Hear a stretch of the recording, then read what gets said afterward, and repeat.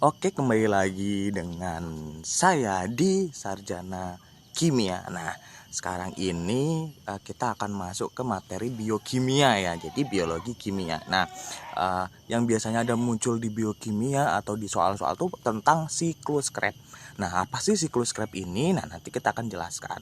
Nah, setelah sebelumnya kita belajar materi kimia dasar seperti konfigurasi elektron, partikel-partikel penyusun atom ataupun dan sebagainya yang masih menyangkut dengan kimia dasar. Nah, sekarang kita akan membahas tentang siklus Krebs. Sebenarnya sebelum siklus Krebs ini ada fosforilasi oksidatif. Nah, nanti akan saya jelaskan juga. Nah, untuk awalnya adalah siklus Krebs seperti itu. Nah, ini adalah proses untuk pembentukan ATP atau adenosine trifosfat yang mana akan membantu kita sebagai energi gitu untuk kegiatan kita sehari-hari. Jadi kita makan, nah hasil yang dari makanan itu akan diubah menjadi ATP. ATP itu untuk kita bergerak sehari-hari. Contohnya nanti buat kita berlari, buat kita jalan, buat kita ngangkat benda berat. Nah, itu menggunakan ATP seperti itu.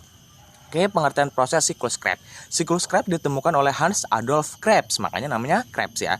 Seorang dokter dan ahli biokimia berkewarganegaraan Jerman. Siklus Krebs disebut juga dengan siklus asam sitrat atau kadang disebut siklus asam trikarboksilat. Nah, siklus Krebs adalah serangkaian reaksi dalam matriks mitokondria. Jadi ini berlangsungnya di matriks mitokondria ya untuk proses dari siklus Krebs ini yang mengoksidasi. Jadi dioksidasi gugus asetil CoA menjadi CO2. Nah, asetil CoA ini sebelumnya dihasilkan pada proses fosforilasi oksidatif menghasilkan asetil CoA. Nah, diubah menjadi CO2 dan bereduksi koenzim yang mengalami reoksidasi melalui rantai transport elektron yang berhubungan dengan pembentukan ATP. Jadi setelah nanti siklus Krebs maka akan ada transport elektron dan akan dirubah dengan pembentukan ATP atau energi ini gitu. Nah, tahapan terjadinya proses siklus Krebs dapat dilihat pada gambar tuh. Ribet ya. Nah, tapi akan saya jelaskan secara perlahan. Nah, seperti yang saya jelaskan tadi, glikolisis asam pirufat nih. Habis itu terus fosforilasi oksidatif di asetil CoA ini. Nah, habis itu baru ke siklus Krebs. Nah, untuk glikolisis sendiri itu menghasilkan asam pirufat. Nah, asam pirufat itu pada proses fosforilasi oksidatif asam pirufat nanti akan diubah menjadi asetil CoA. Nah, asetil CoA ini akan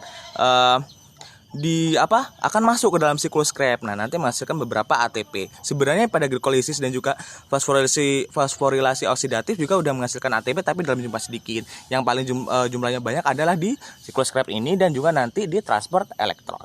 Nah, asetil CoA yang pertama, asetil CoA yang berasal dari fosforilasi oksidatif yang asetil CoA itu akan berikatan dengan oksaloasetat. Nih, oksaloasetat membentuk sitrat tuh. Yang ada C-nya berapa tuh? 1 2 3 4 5 6. Nah, reaksi ini dikatalisis oleh enzim sitrat sintase. Jadi enzimnya namanya sitrat sintase untuk mengkatalis atau mempercepat reaksi ya.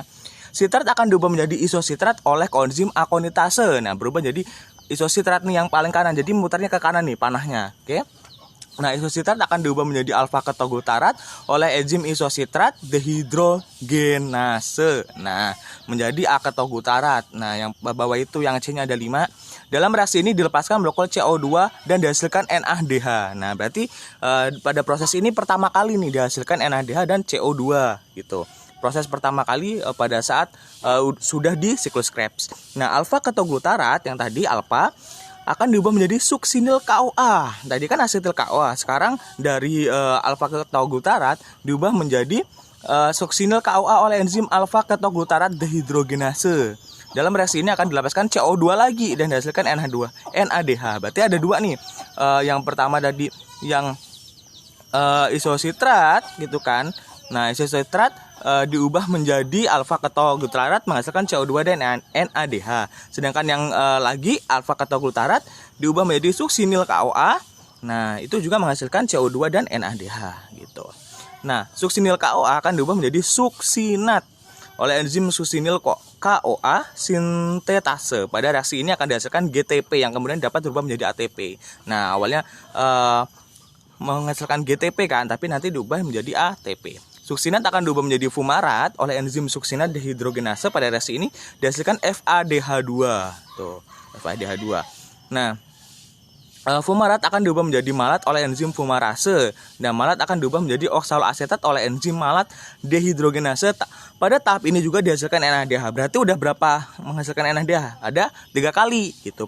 Pada saat perubahan isositrat menjadi alfa ketoglutarat berubah menjadi succinyl CoA, dan juga pada saat malat diubah menjadi oksaloasetat. Nah, untuk menghasilkan GTP tadi itu succinyl CoA menjadi enzim succinyl CoA itu berubah menjadi GTP. Sedangkan untuk yang menghasilkan FADH2 suksinat yang akan diubah menjadi fumarat. Nah, cara mudah menghafal tahapan siklus Krebs dengan jembatan keledai. Jadi cara mudahnya si isokesunat fuma oke gitu ya. Jadi lebih mudah lah gitu. Nah, bagian yang menghasilkan NADH dan CO2 nih ada 3 kan. Isositrat menjadi alfa ketoglutarat menjadi succinyl CoA, dan malat menjadi oksaloasetat. Sedangkan bagian yang menjadi FADH2 suksinat menjadi fumarat. Bagian yang menghasilkan ATP succinyl menjadi succinat ATP atau GTP tadi gitu. Nah, nanti NADH sama FADH2 juga bisa diubah menjadi ATP pada proses transfer elektron seperti itu. Nah, hasil proses siklus Krebs. Satu molekul asetil CoA yang masuk dalam siklus Krebs akan menghasilkan 1 ATP, 3 NADH, dan 1 FADH2 dan 2 CO2. Karena satu molekul glukosa akan diubah menjadi 2 asetil CoA, maka satu molekul glukosa yang menjalani siklus Krebs akan menghasilkan 2 ATP, 6 NADH, 2 FA2, dan 4 CO2. Maksudnya apa? Kan pada saat proses glikolisis terus fosforilidasi asam piruvat itu ada 2 gitu. Satu molekul glukosa yang masuk ke proses pada saat difosforilasi oksidatif, maka akan menghasilkan 2 asetil CoA. Jadi kalau 1 asetil CoA menghasilkan tadi 1 ATP, 3 NADH, 1 FADH2, dan 2 CO2, maka untuk 2 dari asetil CoA maka akan 2 kalinya gitu kan, 2 ATP, 6 NADH, 2 FADH2, dan 4 CO2. Nah, molekul NADH dan FADH2 nantinya akan masuk ke transfer elektron untuk menghasilkan ATP. Nah, seperti yang udah saya bilang tadi, bahasanya si NADH ini dan FADH2 itu juga sebuah energi gitu, karena dapat menghasilkan ATP. Nah, satu molekul NADH akan diproses untuk menghasilkan 3 ATP. Jadi satu NADH itu 3 ATP, sedangkan untuk molekul FADH2 akan menghasilkan 2 ATP. Berarti kalau 6 NADH tadi yang didapat, satu NADH-nya menghasilkan 3 ATP, berarti 6 kali 3 berapa? 18 ATP. Oke. Kalau 2 FADH2 berarti kalau satunya 2 ATP berarti 4 ATP. Jadi untuk hasil proses siklus Krebs ini kalau dibuat jadi ATP berarti 2 ATP ditambah 18 ATP berapa? 20 ditambah 4 24. Berarti 24 ATP dan 4 CO2 seperti itu. Nah, ini adalah proses transport elektron. Jadi nanti elektronnya ditransfer. Nah, untuk mengubah dari tadi NADH dan FADH2 dan lain-lain itu menjadi ATP. Transfer elektron terjadi di membran dalam mitokondria. Nah, lagi-lagi di mitokondria karena memang proses ini terjadi di mitokondria yang mengalami pelekukan yang disebut kristal. Nah, itu pelekukannya seperti itu. Nah, sistem transport elektron adalah tahapan akhir dari respirasi aerob tadi. Molekul yang berperan penting dalam reaksi ini adalah NADH dan FADH2. Nah, berarti ATP tidak berperan kan? Nah, iya, tadi yang berperan dalam reaksi ini adalah NADH dan FADH2 yang akan masuk. Nah, seperti ini. Nah, tahapan transfer elektron. Pertama, NADH akan melepaskan elektronnya kepada kompleks protein 1. Nah, ini kompleks protein 1 yang ini nih. Kompleks protein 1 nih yang ada tanggal 1-nya. Nah, dia akan melepas sebuah elektron. Nah, peristiwa ini akan membebaskan energi yang memicu dipompanya H positif dari NADH gitu kan. Karena H positifnya lepas karena dia melepaskan 1 elektron gitu kan. Dari matris mitokondria menuju ruang antar membran NADH. Yang telah kehilangan elektronnya akan berubah menjadi NAD+ karena kehilangan elektron gitu kan. Maka akan menjadi positif gitu. Elektron akan diteruskan kepada ubiquinon. Nah, ubiquinon tuh yang kecil ini nih, ubiquinon tuh. Nah, akan diteruskan menjadi ubiquinon seperti itu. Nah, kemudian elektron diteruskan pada kompleks protein 2 yang protein 3, sorry. Hal ini akan memicu dibawanya H positif keluar menuju ruang antar membran. Nah, terus ubiquinon tadi terus dipompa menjadi ketiga, maka akan dipompa keluar lagi gitu si H positifnya seperti itu. Nah, akan diteruskan kepada sitrokom C. Nah, sitrokom C itu yang kecil ini yang warna ungu yang samping 3 itu. Baru di kompleks 4 akan diteruskan pada kompleks 4 untuk memicu dibawanya H positif keluar. Jadi ada beberapa H positif keluar yang dipompa gitu berdasarkan beberapa membran-membran baik 1, 2 maupun 3. Nah, elektron kemudian akan diterima oleh molekul oksigen yang kemudian berikatan dengan dua ion H positif membentuk H2O yang tadi ya kan dilepaskan beberapa kali H positif gitu kan. Nah, bila dihitung transfer elektron dari bermacam-macam protein tadi memicu dibawanya 3 H positif baik di membran 1, 3 dan 4.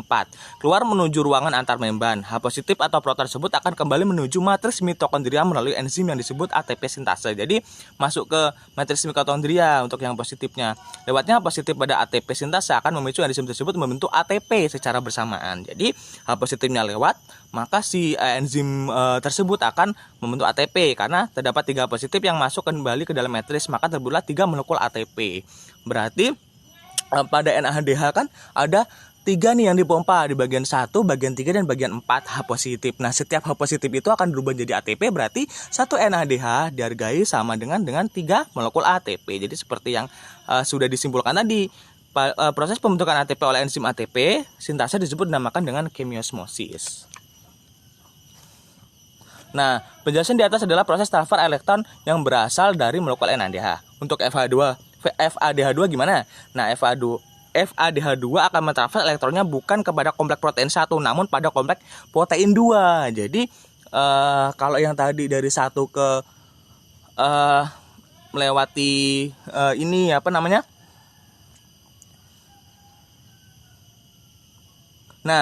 ubiquinon. Nah, dari membran 1 terus melewati ubiquinon. Nah, habis itu langsung ke 3, sedangkan kalau FADH2 akan melewati yang nomor 2 dulu gitu. Pada per kompleks protein 2 tidak memicu pompanya H positif keluar menuju ruang antar membran. Setelah dari kompleks protein 2 akan ditangkap oleh ubiquinon pada proses selanjutnya sama dengan proses transfer elektron dari NADH. Jadi pada transfer elektron berasal dari FADH2 hanya jadi 2 kali pemompaan, yaitu di bagian 3 dan 4. Sedangkan yang tadi kan karena melewati nomor 1 maka 1 juga memompa. Jadi 1, 3 dan 4. Berarti kalau NADH itu 3 ATP, FADH2 2 ATP. Nah, jadi kesimpulannya 1 NADH yang menjalani transfer elektron akan menghasilkan 3 molekul ATP, sedangkan FADH2 akan menghasilkan 2 molekul ATP. Seperti itu. Nah, disinilah air dari respirasi aerob. Molekul glukosa, respirasi ini akan menghasilkan energi sebanyak 36 atau 38 ATP dengan hasil akhir CO2 dan H2O sebagai zat sisanya. Nah, 1 molekul glukosa dan 6 atom C ketika mengalami respirasi aerob akan menghasilkan 6 molekul CO2 atau karbon dioksida. Nah, tersebut dibebaskan dalam tahap dekarboksilasi oksidatif dan siklus Krebs. Jadi dekarboksilasi oksidatif itu menghasilkan CO2 juga. Siklus Krebs juga menghasilkan CO2. Sedangkan untuk H2O dihasilkan pada proses transfer elektron tadi yang positifnya akan melepaskan dan membentuk O2 itu seperti itu.